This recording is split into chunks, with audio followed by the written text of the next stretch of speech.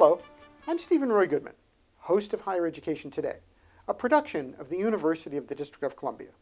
Welcome back to the education program that connects you to contemporary issues, people, and institutions involved in the world of higher education.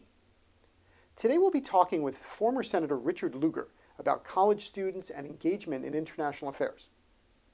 Senator Lugar served 6 terms in the United States Senate from the state of Indiana. Before becoming a senator, he served as mayor of Indianapolis and president of the National League of Cities. Senator Lugar is a graduate of Denison University and Oxford University, where he was a Rhodes Scholar.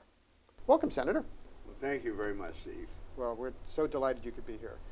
Senator, maybe if we can begin with your work with universities in Indiana, in the state of Indiana. I know you've done a fair amount of work with the University of Indianapolis and Indiana University. I wonder if maybe you could say a word or two about that. I'm in my 3rd year as a professor of practice and distinguished scholar, as it's named by President McRobbie of Indiana University, working with former Congressman Lee Hamilton as the co-chair of an advisory committee to this Global International Studies School. It's a very big enterprise, 350 faculty members, great new building that's under construction, will be completed this year, and about 8,500 foreign students on the campus there in Bloomington. Reciprocally, about 3,000 students go from the United States to other countries, and President McRobbie has been touring extensively Asia and the Middle East and Europe for the last 2 years, meeting with alumni of Indiana University, but likewise really recruiting universities who want to exchange back and forth. Now, I mention all of this because my duties on campus are to give lectures and to be involved in seminars, and somebody to visit with a great number of students who come from all over the world. It's an exciting opportunity, to say the least, and one which I appreciate because it has led, I think, to a great deal of interest throughout the United States in the program. There are 70 languages being offered, and that's the most, I think, of any university in the country presently. Huge opportunities in terms of the diversity of the courses as well as the faculty. So I mention that at the outset because obviously I'm enthused and excited about this idea of international education. I know you've been enthused and excited, Senator, about international affairs and international education because of your long work in the Senate. But I wonder if you could say a word or two about the center of gravity on college campuses and the center of gravity on the body politic generally. Well, I think the center of gravity on campuses is much like the center of gravity in the body politic, and that is that students are concerned about getting jobs and being employed. They're increasingly concerned about the cost of higher education and the student loans that are piling up that they can see they're going to have to meet. These are pressures that are very, very tough. At the same time, thank goodness, there are, as I mentioned with the IU students, 3,000 who are heading abroad for periods of time, deeply interested in other languages, structures of other governments, the global situation generally. They understand that their lives, in fact, may be as people in international business or people who have very special talents in which the rest of the world may in fact impact not only on their lives but also on their fortunes. Well, Senator, what do you see happening with study abroad? We've seen many surveys show that students, American students, keep going to the same countries over and over again. Well, the students in the United States do tend to go more often to European countries than elsewhere. That's true of students in my recollection both at IU and at Purdue University. Whereas the largest aggregation of students at IU and Purdue is from China, the fact is that very few students from the United States are going to China. Now, an increasing number, and likewise even fewer to Japan, a greater number to India perhaps for reasons of finding really more opportunities for business and that type of thing. But it's still much more of a European-oriented situation. How could we change that? Is there a way to change that somehow? Well, I think we change it by really invigorating the whole idea of international exchange, so that students really meet more folks on campus who come from other countries. Now, I would just cite my own experience back at Denison University in Granville, Ohio in the 1950s. There were, to the best of my recollection, maybe 24 students on the campus from another country. They were really unique persons. Denison may not be the easiest person, or rather college to find, but at the same time, it was not unusual for there to be very, very few students from abroad. I think that the fact is that there are now many more. This stimulates imagination both ways. In other words, opportunities are perceived by students as they talk to people from other cultures, other countries, even if it's just simply a sense of adventure, of trying out something altogether different. But Senator, how do we get students more excited about international affairs? You mentioned jobs and careers before.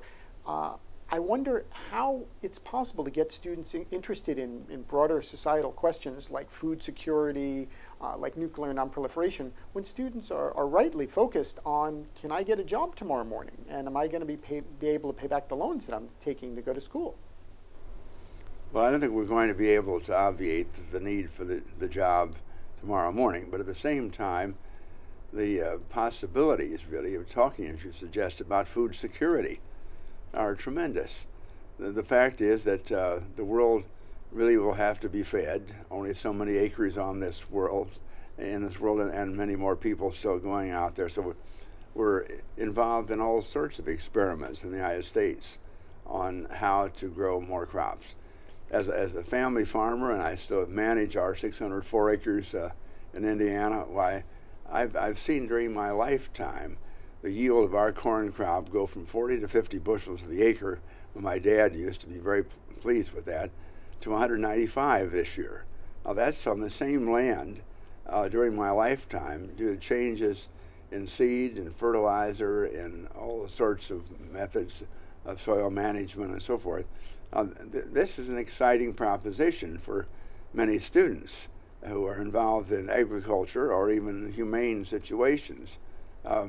It's the same situation with regard to the energy problems around the world. Everybody is going to need food, and they'll need to find some heat or cool in the process. Many more students have become interested in climate change, in the possibilities, really, of changes in the way we fuel our society, and likewise the conservation methods that we can employ. And I think these are things that strike a spark with people, as I say, who may still be interested in where they're going to get a job, but at the same time begin to see a different world as they take a look at the next 50 years of their lives and the kind of world in which they're going to live.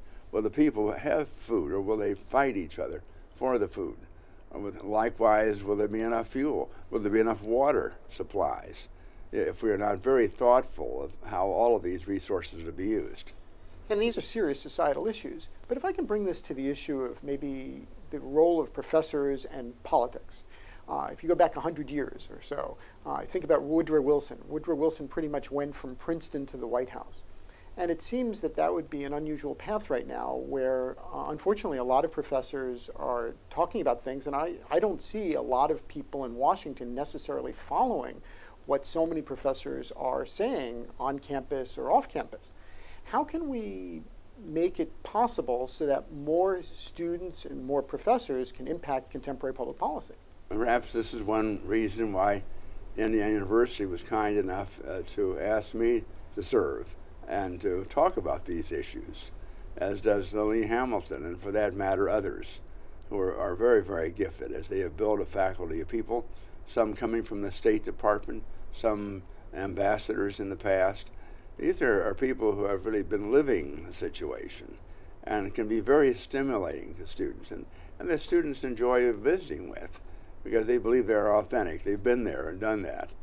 I just cite once again my own experience. As a student at Denison, I never went outside the country during the whole time I was an undergraduate. I had really no particular desire to do so, but I read about two gentlemen in Fortune magazine article. They were famous businessmen. They'd been Rhodes Scholars. And so I wondered what the Rhodes Scholarship was all about. Well, I began to take a look into it, and it sounded very exciting. My problem was, since at Denison no one had ever won a Rhodes Scholarship, I felt I would be accused of overstanding, in quotes, to say the least. And in fact, I was so accused. People felt this was preposterous. But nevertheless, I persisted, as did another fellow at Denison who was not successful. But we both made the final round in our particular states, and I was actually selected and got on the boat with the other 31 Rhodes Scholars for my first trip outside the country. Now, I don't want to overestimate what my experience was at that point, but I still feel it. I began to discover from the beginning how big this world is, how many people there are, how diverse, how dangerous, in fact, with the problems of the United States with all of this. Now, this really had never struck me.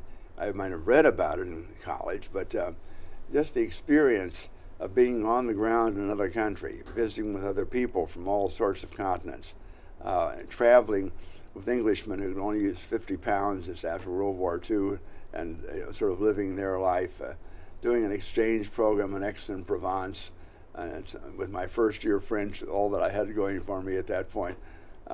These were very important moments in my life, which led me then to volunteer to serve in the United States Navy before I left Oxford down at the British Embassy, or the U.S. Embassy in London, and on to another chapter in which I became an intelligence briefer for Admiral Arleigh Burke, coming in at midnight every night to read the secrets of the country and prepare a briefing for the admirals by 8 o'clock in the morning, and to go down to CIA to represent the Navy point of view, or NSA or what have you. I could never have envisioned this, even during my undergraduate days at Denison. But what I make the point is that we're trying to stimulate students now to understand the possibilities, to see how big the world is, how many opportunities they have, how exciting their lives could be. Fair point. But I wonder if we could speak about the issue of the DREAM Act, or about students from Cuba, which are contentious contemporary issues.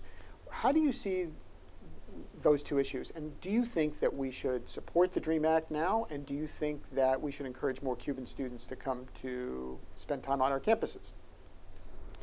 Well, I favor the DREAM Act. That was a dangerous position for a Republican senator to take during that time, because a large majority of my party did not favor it, and it failed, unfortunately, not getting the 60 votes or whatever was required at the last. But the thought that young people who were in this country, really through no particular volition of their own, because they've been brought here by parents who may have been illegal immigrants, but nevertheless they were here, ought to have these opportunities. They already had the resources of our high schools, secondary education, opportunities that could be in college for gifted young people with high motivation. So this has always seemed to me to be a good idea. You ask about Cuba, I would not divorce Cuba from the DREAM Act situation. In other words, I believe that Cuban students in our universities would do well, and likewise as another dimension to the experiences of American students who are not Cuban, who are not Latin American or what have you, but to understand at least what it's like to be in Cuba, what life was like with the Castros. But Senator, this raises, I think, a serious issue, which is how do we get students to think about issues that they perhaps haven't thought about before? How do we get students to focus on something that they've never even read about, thought about, dreamt about, and how do we get that to be part of what they're thinking about, or even possibly going to consider studying? Well, somebody has to bring it to their attention.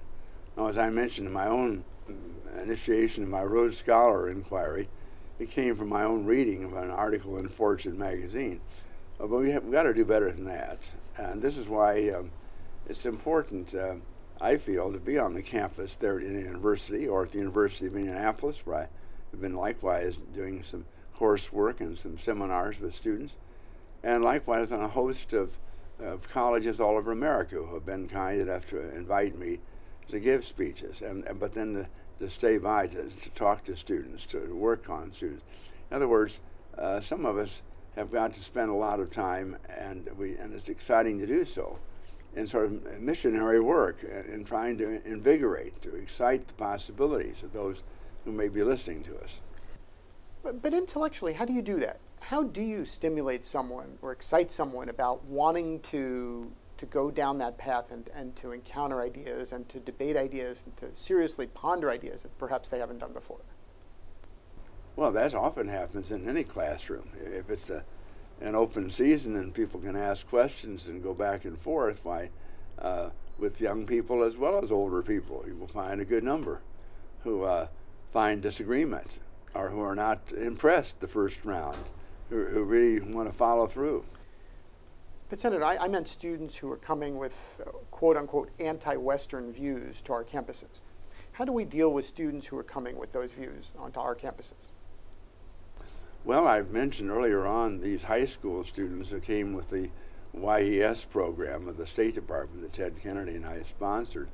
Now, many of these students were Muslim students. They came from Muslim countries. That was a part of the State Department's idea at the time, that it would be a very good idea for young people who were going to be leaders in some of these countries, in the Middle East or North Africa, what have you, to live with an American family, to play basketball in Indiana, to do some other things. There really has to be some reaching out of this in programs like that. And this is why I so admired that and stayed with it for the 10 years at a time. Likewise, a whole host of programs of this sort are available in America. Most people just have never heard about them. I mentioned in broad terms what's happening with the Global International Studies program at Indiana University, because this is very exciting. All the people of our state and our country ought to know about this. But there are 70 languages available, that there are so-called flagship programs that take the language well beyond the rudimentary situation, really to a point where you can be a professional at it. These are exciting possibilities. Now, the word is getting out, but as you ask, how do you stimulate people? How do you get people? Well, you've got to talk about it and be much better in the marketing skills. In terms of ideas, I think I would be remiss, Senator, if I didn't ask you about your relationship with President Obama.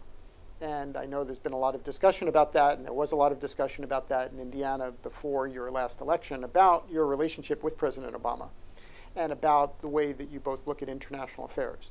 I wonder if you could say a word or two about that and about your connection with the President, particularly as it relates to international affairs. Well, President Obama came as Senator Obama to the Foreign Relations Committee when I was chairman of the committee. He was the least ranking Democrat as we looked around the table at the far end. So as we had hearings, we went back and forth with Republicans, the Democrats, and so forth for questions and answers. People asked their questions to senior people, and often they left. So frequently, after 2 hours, Senator Obama and I were the only two people left in the committee room. So I often commended him for his diligence, his deep interest in all of this, which I meant very sincerely. Well, he took me up on it the first year that he was in the Senate, and said, Dickie, I know you go to Russia every year because you're interested in following up the Nunn-Lugar program, that you visit these places in strange areas of Russia where we're still looking for the destruction of so-called weapons of mass destruction. And he said, I'd like to go with you this summer. So I said, well, fine. So as a matter of fact, we hooked up and started out with Russia as our first stop, which turned out to be a very difficult situation because we were out at Perm in the middle of the country, and we've been taking a look at missiles that have been taken down and warheads taken off of missiles, and that was going well. There was a joint project with the United States contractors and the Russians. And so they wanted to go in and have a celebration in the airport, which is fine. But after the vodka and the caviar and so forth, I said, it's time. I mean, I think we better get on our plane. We had an Air Force plane to head down to Ukraine. Well, we went down in the basement where we were to take out, and we found we were not going to go anywhere. We were going to be held. And so this is a rather awesome experience for Barack Obama, his first trip to Russia, to be not incarcerated, but nevertheless not certain where we were going to be heading. But he was very calm about it. He said, just take a nap. This will finally happen. And I hoped that it would. It was a Sunday afternoon. We couldn't get anybody on our phones at the State Department, the Defense Department, anywhere else. I have no idea what in the world was going on, except that the Russians were trying to get onto our plane, and the so-called Ravens, the enlisted personnel who guard the plane, were keeping them off out there. And there was some allegation it was a spy plane, and that I looked very benign, but in fact I was a spy, and so forth. Well, finally they let us go for some reason, and we flew off, but that was a rather harrowing beginning of the trip. But it got better until we got to Ukraine, and we found with Madam Timoshenko, who was still around in those days, and the new President Yushchenko, that the Russians were going to cut off their natural gas. This is now August, and they were talking about the end of December. And they went to the map and said, why can't you folks get this line going? And I said, well, a bit late in the game. And in fact, the Russians did shut off the gas. It had grave ramifications in Germany, quite apart from the eastern part of Europe at that point. But we went out to Baku and saw the first dribblings of oil heading out through the Baku-Jehan pipeline situation. In any event, it was a great experience for both of us. When we came back, Barack said, you know, we need to offer legislation. And so the Lugar-Obama bill dealing with destruction of old conventional weapons. We'd seen hordes of these in forests in Ukraine and elsewhere and so forth. And so this came back in an unusual way during the campaign for president about 3 years or so later, in which Barack was asked, what legislation did you ever produce in the Congress? Oh, he said, easy, Lugar-Obama, oh my. And so then in one of the debates, things became even more difficult, at least. He was asked, what about this reverend out in Illinois? He said, I pay no attention to him. He says, if I want economic advice, I call on Warren Buffett. Well, he says, if I want foreign policy advice, I call on Dick Lugar. So I was very honored, but I was being utilized in the course of the debate, but by a friend. But I mention all of this because we had a very good relationship, and I appreciate the fact that he did have a very high regard for that relationship and for the advice and counsel that I gave to him. Do you still keep in touch with the president? No, I've not been engaged with the president in the last couple of years or so, but that's been true of everybody in government. The Ethics Committee and the Senate ruled that for 2 years you really must not lobby or try to convince or whatever might be the situation, and I rigorously followed that. I did have one very wonderful experience when I was honored with the Presidential Medal of Freedom, and the President presented that to me in the White House with my wife Charlene there, our 4 sons and their wives, and it was a glorious day for all of us. In terms of your intellectual connection with the president, one of the things that, love him or not love him, one of the things that President Obama does very well is bring people together who have disparate ideas. And a lot of people say that about you, about your ability to bring together people with different ideas. But if we can bring this back to the campus, there are many people who come to campus with really have very, very vastly different ideas about the role of government, about capitalism, about the role of government in the world. How do we reconcile those different ideas when people are coming with what some would say are wrong ideas or right ideas, and who decides what's right or wrong, and how do we deal with that on campus? I have no way of differentiating who are the right and wrong and the right in this situation. I think if you're confident in your message, you accept the fact that the people listening to you may come from all sorts of backgrounds, and therefore you try to be as effective, as convincing as possible. You try to open up opportunities as you list articles or books or other things they might turn to, or further classes that might be very helpful. I think some of the best courses now on our college campuses really deal with alternative forms of government, of how governments really come about to be, how do you put together a constitution, what the history is of a country that led people to find this path, for example, how peace and quiet can be obtained anywhere, and yet a degree of freedom and opportunity. And this is interesting to most people, even if they have very diverse ideas about how you get there. Then you have to discuss, even if you had in your own country, you've got this thing solved. What about your neighbors? Are they going to leave you alone? Are you in a position that you can defend yourselves?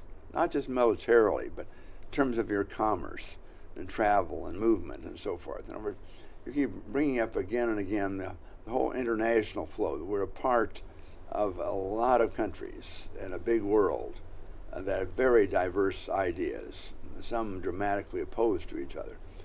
How are you going to cope with this as a young person or a middle-aged person or an old person for that matter? Well, Senator, we only have a few minutes left. As you no doubt know, there's been quite a bit of debate and discussion about the role of fraternities on college campuses. And I know you're on a National Fraternity Council, and I was wondering if you might be able to say a word or two about the role of fraternities on campus and the role that they have had and the role that you would like them to have. Well, I'm a member of Beta Theta Pi fraternity, and I have attended most of the national conventions in recent years because I continue to be interested in an idea called the Men of Principle. I learned about 15 years ago when the Beta Convention came to me to Washington and I was asked to speak, that fraternities were in trouble in this country. That, as a matter of fact, they were being banned from campuses already. The numbers of people were diminishing. And it was largely because things in many cases were out of control in terms of demeanor and conduct. The Men of Principle idea came together that at least a member of Beta Theta Pi ought to be a person dedicated to scholarship, ought to be a person who is dedicated to brotherhood. And that meant no drugs in the house. It meant, in some cases, no alcohol in the house, for example. A very different code of conduct of that sort, but likewise a real reaching out, so that belonging to a fraternity would mean brotherhood, somebody who would be a lifelong friend and stalwart. Beta Theta Pi has adopted that idea and now has been gaining chapters steadily throughout the years. I think has more people in their chapters than the other, and higher grade point averages. So that it's an example of what you can do if you want to have really an experience in which you're going to have many loyal friends and at the same time become a better scholar, a better citizen than you would have been. Senator, I think we're going to have to leave it at that. Thank you very much for coming on the show. If you would like additional information about Senator Lugar, please visit thelugarcenter.org. If you have comments or suggestions about higher education today, please send an email to our viewer mailbox at highereducationtoday@topcolleges.com. Thank you for watching. We will continue to bring you quality discussions about important matters in today's college and university world. Please join me again for another edition of Higher Education Today. I'm Steven Roy Goodman, and you've been watching Higher Education Today.